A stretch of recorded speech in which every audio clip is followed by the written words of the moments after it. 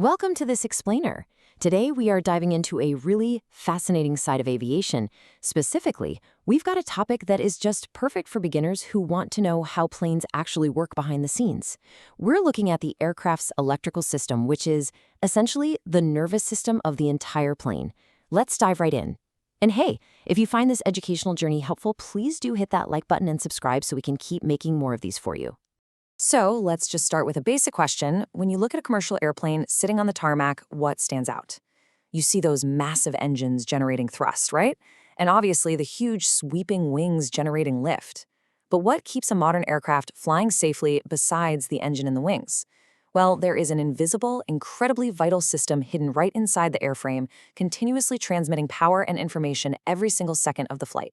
To put into perspective just how high the stakes are with this hidden system, I found this quote right out of an official FAA-certified manual.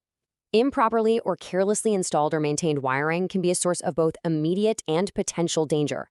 Absolute precision here isn't just a best practice, it is literally life-saving. The continued safe flight of any aircraft relies entirely on the meticulous knowledge and technique of the mechanics who install and inspect these wires. Which naturally brings us to our next question. What exactly is an aircraft cable? You know, as beginners, we might just picture a standard single piece of copper wire, kind of like what you'd find in a basic lamp in your living room. But in aviation, it turns out things are quite a bit more sophisticated. A single wire is just one solid or stranded conductor covered in a layer of insulation. But a cable? Well, that's a whole different story. According to aviation standards, a cable is actually a specific grouping of conductors. This could be a multiconductor cable, meaning it has two or more insulated wires packed into the same jacket. It could be a twisted pair, or wires are twisted together specifically to cancel out electronic interference. It might be shielded with a tough metallic braid, or it could be a radio frequency line, what we usually call a coaxial cable. Just like the specialized nerve endings in the human body, these specialized cables are engineered to send very specific, delicate signals throughout the aircraft. Okay, so if the aircraft's electrical system really is like a nervous system, how do we pick the right size nerve? How in the world does an aviation mechanic know exactly which wire to pull off the shelf for a specific job? To answer that, we have to look at how wire sizes are officially measured. Mechanics use a standard known as the American Wire Gauge, or AWG for short. In this AWG system, aircraft wire sizes generally range from 0000 all the way to 40. Now, there is a funny little paradox to how these numbers actually work. Think of it kind of like a golf score. The lower the number, the bigger the wire. So a size 0000 wire is the largest one commonly used on a plane, while a size 40 is incredibly, almost surprisingly, small. Seeing those drastically different sizes naturally leads to a very logical, beginner-friendly question. If larger wires are stronger and can obviously carry way more power, why not just use the biggest wire possible for absolutely everything on the plane? Why even bother with those tiny size 40 wires at all? Well, as you'll see, aircraft design is basically one giant puzzle of engineering trade-offs. When selecting a wire size, mechanics really have to juggle several crucial factors. The first is power loss, because resistance turns precious electrical energy into unwanted heat. Now, large wires reduce this resistance and keep things cool. The second factor is voltage drop, which we're going to discuss in just a second. But the third factor, that's the real catch: weight. Large conductors are incredibly heavy, they're expensive, and they demand really bulky structural supports. Honestly, if you use the biggest wire for everything, the plane would just be way too heavy to ever fly efficiently.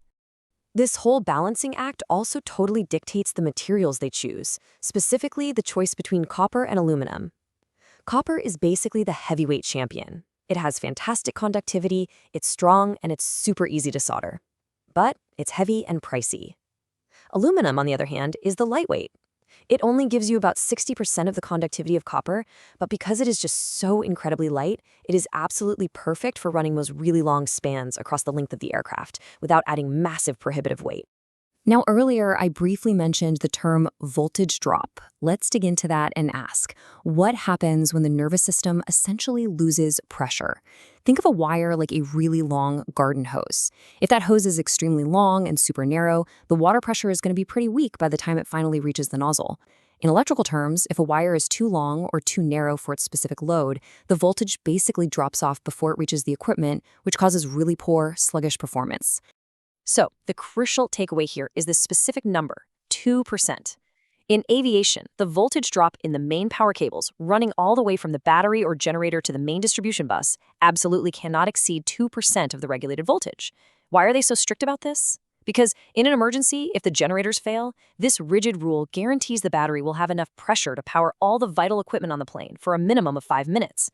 So, if you're ever on a plane that suddenly loses engine power, this strict 2% rule is exactly why the lights and the vital instruments stay on, keeping everyone safe. Of course, all these vital wires need some serious protection. And this brings us to insulation. I like to think of insulation as a high-tech winter coat made of advanced materials like vinyl, nylon, or Teflon. It actually provides two things: insulation resistance, which simply stops the electrical current from leaking out, and dielectric strength, which is really just a fancy engineering term for the insulator's ability to withstand high voltage without totally breaking down. Basically, it protects the wire from the incredibly harsh environment of commercial flight. And just how harsh is that environment, really? What are the biggest, most dangerous enemies of aircraft wiring? Because once these planes actually take to the skies, this delicate electrical nervous system faces intense, nonstop threats that can so easily compromise the safety of the entire flight if the mechanics haven't done their jobs perfectly. It turns out the hazards up there are intense. First off, you've got chiefing and abrasion against sharp metal edges, which can easily cause a catastrophic short circuit. Then you have insane high temperatures from the exhaust stacks that can literally melt right through that protective insulation. You've got fluids like highly corrosive battery acid and hydraulic solvents that can eat wire for breakfast. In fact, there is a very strict rule that wires should never, ever be routed below a battery.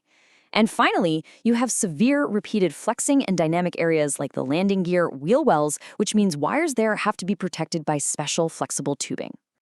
Because of all these crazy hazards, the manual lays out some strictly enforced physical separation rules for routing.